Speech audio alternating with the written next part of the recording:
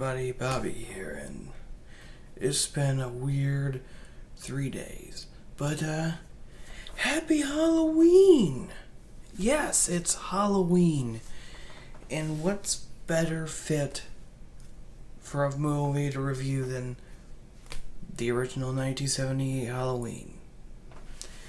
This film has a very special place in my heart. Not only is this the first horror film I've ever seen in my life, it's actually the first film I can remember watching ever. Yes, when I was a child, I watched Halloween. My first memories of any film was Halloween. And that's kind of where it drove me into liking horror films, and any film of that matter. So this film may not be my very favorite film ever, but this was a film that has a very special place in my heart. And that being said, let's dive into this. So, previously, after dealing with Jason Voorhees and Freddy Krueger,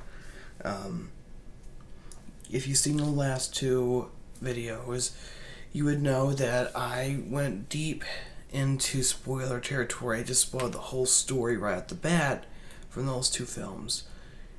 I'm going to do the same thing here. So if you have never seen Halloween 1978, then I highly recommend that you go watch that before you watch this. And I also recommend that you watch the new Halloween movie, because that's a sequel to this movie. It's a direct sequel, and I gave it a high score that I gave it a 10 out of 10. I'm kind of thinking more of a 9 out of 10 now, but it's not a perfect film. But that's not here or there. Halloween 1978. Let's dive through this film. So, young Michael Myers decides to kill his older sister on a Halloween night. Very creepy. No, but we open to he's stalking his sister and her boyfriend, and after they go upstairs seemingly to do bad things, we see Michael grab a knife, and after the boyfriend leaves, Michael heads upstairs and stabs his sister, Judith Myers. So let's get into our main cast of characters. We got Donald Pleasence as Sam Loomis, Jamie Lee Curtis as Laurie Strode. We got other characters. I don't know the actors' names, but I know we got Bob, Linda, Annie, and those are your main characters. Oh, and just Sheriff Brackett. But other than that, you got Michael Myers, played by Nick Castle. He's been played by a bunch of people in this movie, but the one that I'm familiar with is Nick Castle. But no, a riot happens in the insane asylum, Smith Grove, and Michael escapes. Loomis is on his tail. Michael breaks into a mechanic's place, steals his jumpsuit, and kills the guy. And now he's stalking Laurie and her friends. Also, he breaks into a drugstore and steals some rope. I believe he also steals a knife. I don't know if he gets the knife from the house or if he gets it from the store. I think he gets it from the store, though. And he gets rope. Oh, he also gets his iconic mask. And we see Laurie and her friends, they're normal kids. 1978. They're smoking weed, having fun. And we got Dr. Loomis on the search for Michael, and he's going to get Sheriff Brackett involved, and it's just an interesting story. But first, we just have Michael Myers just stalking the main players. Lori and her friends. Lori's the kid Lori's going to be babysitting. He starts picking his targets. And it all seems random, and if you go by the first movie, it is random. If you go by the second, third, fourth, second, fourth, fifth, sixth H2O Resurrection, then it's not random. Because she's technically Michael's sister, but in the new one, it's erased. But we see Lori going home, and Michael is there stalking her in the backyard. That's a cool scene. He calls her, and there's just nothing on the phone. That's interesting. Tommy, the kid that Lori is babysitting, is getting bullied, and Michael kind of scares the kids that are bullying him. We see Michael stalking Lori and her friends already by the bush while they're walking home. He's stalking them in the car on their way to school. It's just really interesting. Let's dive into Halloween night. So we have Loomis, who's already got Sheriff Brackett involved looking for Myers. They go to his house and they see a half-eaten dog. Well, not half-eaten. We see a dog that's been supposedly been molded, and Loomis is like, he got hungry. He had to eat something. Wow. Anyways, and we see Annie, and she's watching Lindsay, the girl that she's watched. She's also a babysitter, and she's watching a little girl named Lindsay. And Myers is just stalking them, and they also have a dog named Max. Oh no, not Max. Max is the dog from Part 5. I don't remember the dog's name from the original Halloween. But we see that the dog is barking, and then it just stops barking. And then we cut back to Michael, who drops the dog dead. So I guess he strangles the dog. So there's another death.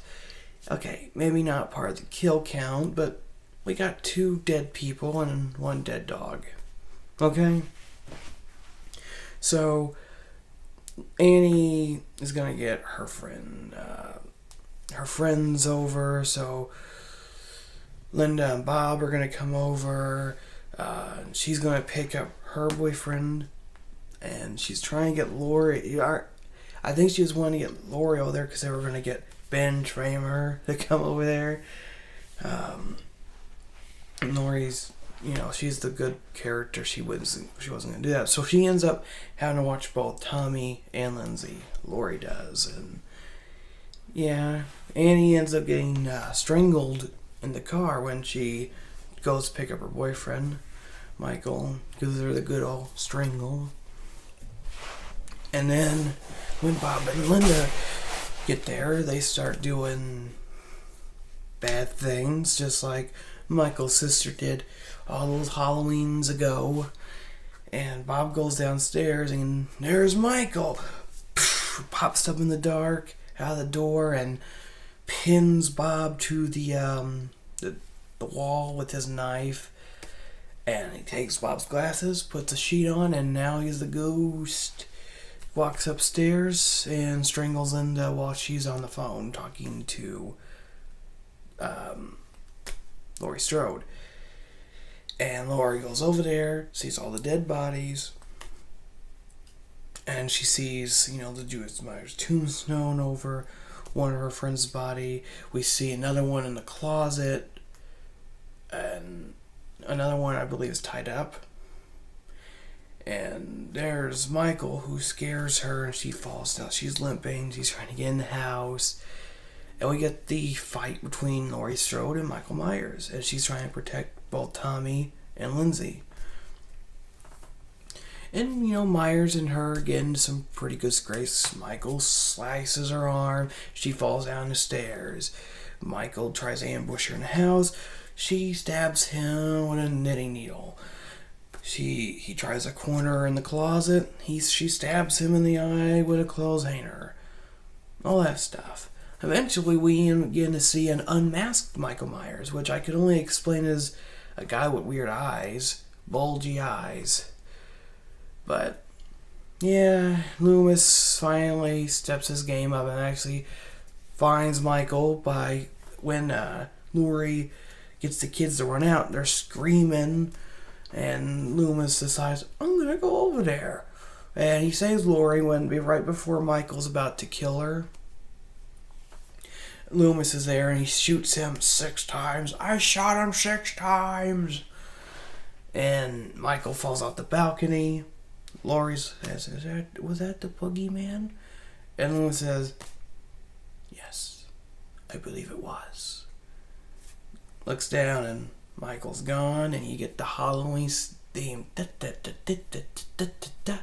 You get the breathing while it's looking out in the night, because he's still out there. And wow, this movie was awesome. So, Halloween 1978. I want to give it a 10 out of 10. Because I grew up watching this film. This film has had a everlasting effect on my life.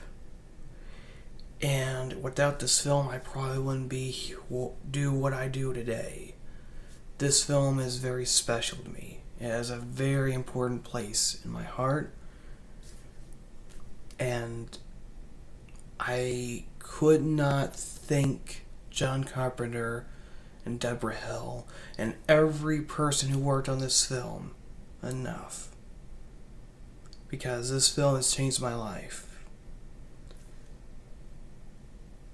I may not be the biggest Halloween fan, but this film will always be one of my favorite films of all time. Just because of how I grew up with it. And you might think, well, that 10 out of 10 is a little biased. And you're right to think that, and sure, it can be. But that's just how I feel. This movie, I believe, deserves... It's not a perfect film. It's not. No film is. And when I give a score for 10 out of 10, that's not me saying it's a perfect film. That's me saying that's how much I liked it, okay? Now, I know some people would think, 10 out of 10 means it's a perfect film. It's not a perfect film. No film is. But nor have I ever thought that this film was cheesy or it was stupid. It's perfect. Yes, it is stuck in the time period that it was made in. That I 100% agree with. This film, the way it happens, the way it's set up, the characters, you could do it today, but you had to modernize it. This film right here could not take place in anywhere besides the late 70s, early 80s. This film is stuck in its time period, and I get that. But does it matter? It doesn't matter to me. This movie series is 20 years older than me.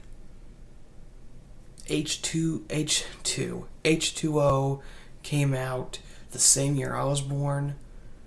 Halloween is awesome.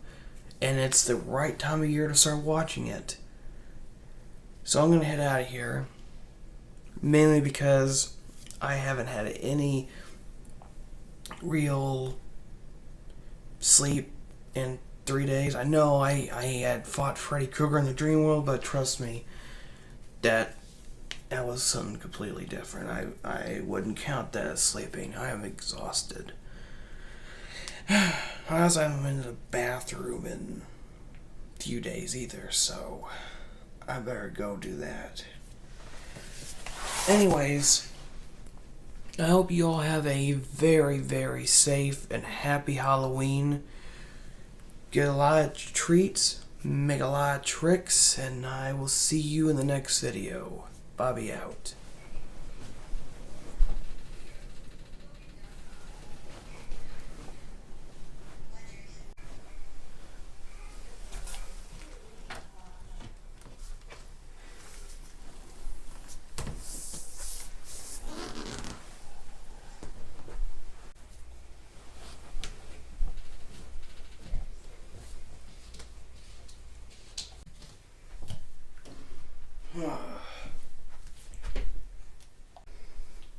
Where's my poster at? Michael!